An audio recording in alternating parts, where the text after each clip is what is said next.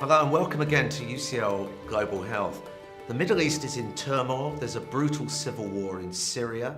There is instability in many states, and in the last week we've seen the president of Egypt removed in what seems to be a military coup.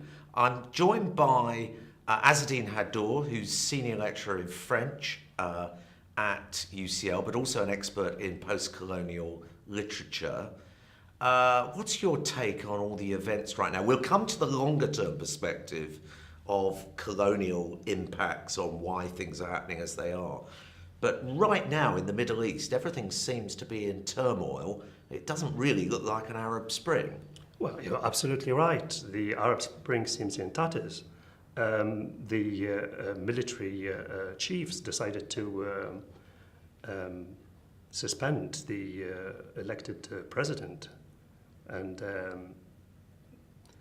But the situation in Egypt is very, very complex. We see basically the president who is elected, who is given a mandate, completely spent the last few months putting in place structures which undermine the very principle of democracy. But also the army is also flouting the notion of democracy. Both parties undermine the democratic process. It's very difficult, isn't it? Because instinctively one says you shouldn't have the military undermine a president. He was elected with 52%. Most of our politicians would die for that kind of majority. At the same time, people say he has abused the constitution. Did he abuse it, in your view, to an extent that warranted him being displaced or not?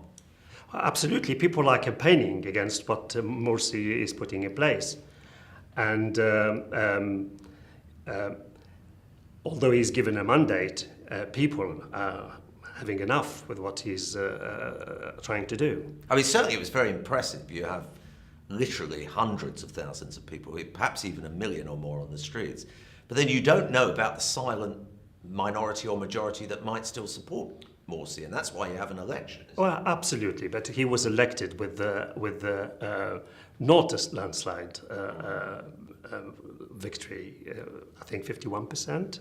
Yeah, but there's obviously tension across the whole Middle East in terms of Islamic movements, democratic movements, people that want to have democracy but have different flavors of democracy. Can you set that in the sort of historical context, and perhaps by reference also to Algeria, which you know? Yes. I think one thing that I need to say, what the Arab Spring represented is tremendous. It's just basically a whole, a number of countries are basically trying to change the politics, but we need to take into account, what the West is trying to do too, because it's just basically the response of the West to the Arab Spring was uneven and patchy, and at times partial too. In the case of Libya, it seems to me that the British and the French, and up to a point the Americans, were basically trying to settle old scores. Right. When basically they were completely silent in Bahrain, and they are unwilling, to do anything in the serious case. They might say that they helped to save, a city from being attacked from a tyrant. In Libya? In Libya. Yes, but I think, Gaddafi is not, Gaddafi is not different from Assad. Right. And, basically we really want to see basically an even response. And I think, this brings me to a central question, democracy. Jeremy Paxman, 2 days ago, was basically intimating that perhaps the Arab world is not ready for democracy, is not capable of enjoying democracy because of the theocratic tradition in that part of the world. But what Paxman didn't mention is the decades of colonialism to which these countries were subjected, and the decades of military dictatorships that basically ruled that part of the world.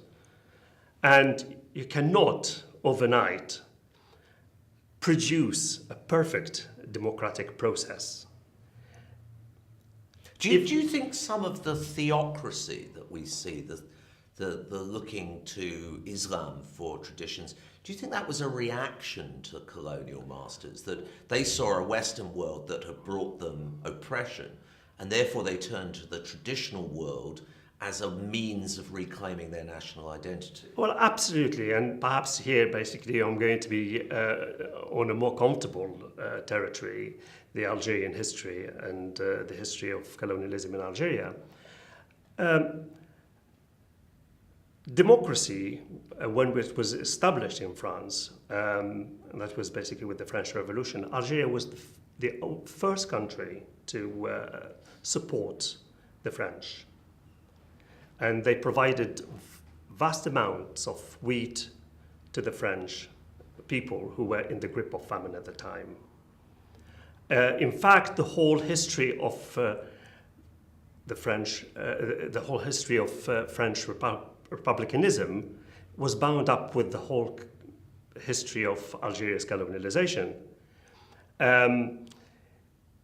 In the revolution, the 1830 revolution, when France was in the grip again of famine and financial political difficulties, France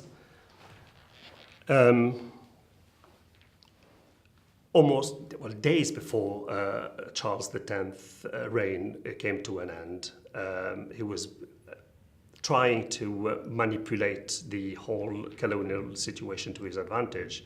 He ordered troops to invade Algeria. And the third revolution, 1848,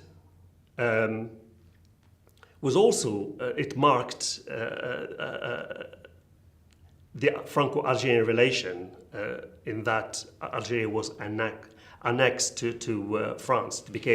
It became part of the French territory. So your point is that, you know, Algeria underwent hundreds of years of exploitation from the colonial master, like a lot of the British colonies, I might add. But they've moved on. I mean, Algeria is now an independent democracy. It's got a reasonably progressive government. It would be an example of a state that secular-minded Democrats could move towards. Is that right, or am I misreading the situation? Well, I think, you know, Algeria has basically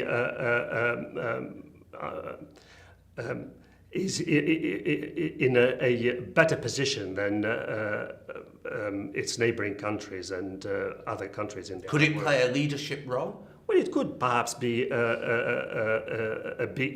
example, you know, for the Arab states and Arab countries. Yeah. Are there good relationships between Algeria and, say, Egypt? Well, of course, you know, there are, you know, kind of, you know, diplomatic, historical, and cultural links between Egypt and Algeria.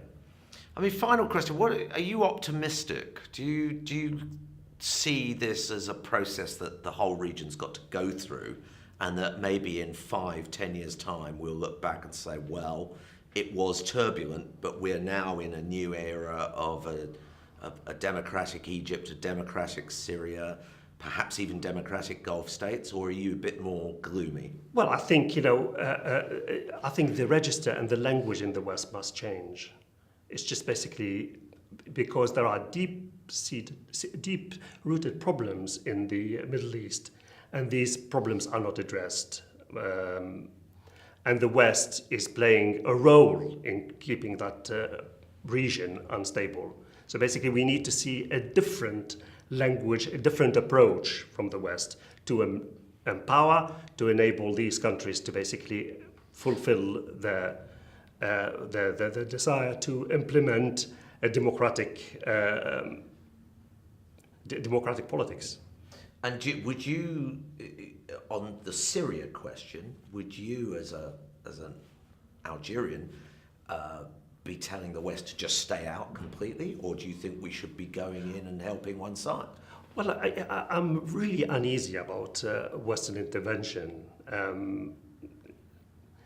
Really uneasy, but if you see the West intervene in Libya, Yeah.